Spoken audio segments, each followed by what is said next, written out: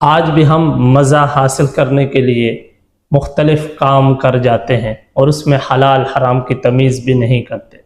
اور ایک ہے سیدنا فاروق اعظم رضی اللہ تعالیٰ عنہ، ایک موقع پہ فرماتے ہیں 4 باتوں میں مجھے عبادت الہی کا مزہ آتا ہے۔ نمبر 1، فرائض کی ادائیگی میں، یعنی جب میں فرض ادا کرتا ہوں تو عبادت الہی کا مزہ آتا ہے۔ اور حرام اشیاء سے پرہیز کرنے میں، یعنی جب میں کسی حرام چیز کو چھوڑ دیتا ہوں تو مجھے مزہ آتا ہے۔ اور امید اجر پر نیک کام کرنے میں، یعنی اس لیے نیک کام کرنا کہ اللہ مجھے اس کا اجر دے گا، جب میں ایسا کام کرتا ہوں تو مجھے مزہ آتا ہے۔ اور خوف خدا سے برائیوں سے بچ جانے میں، کہ برائی کو چھوڑ دینا اللہ کے ڈر کی وجہ سے، جب ایسا کام ہوتا ہے تو مجھے مزہ آتا ہے۔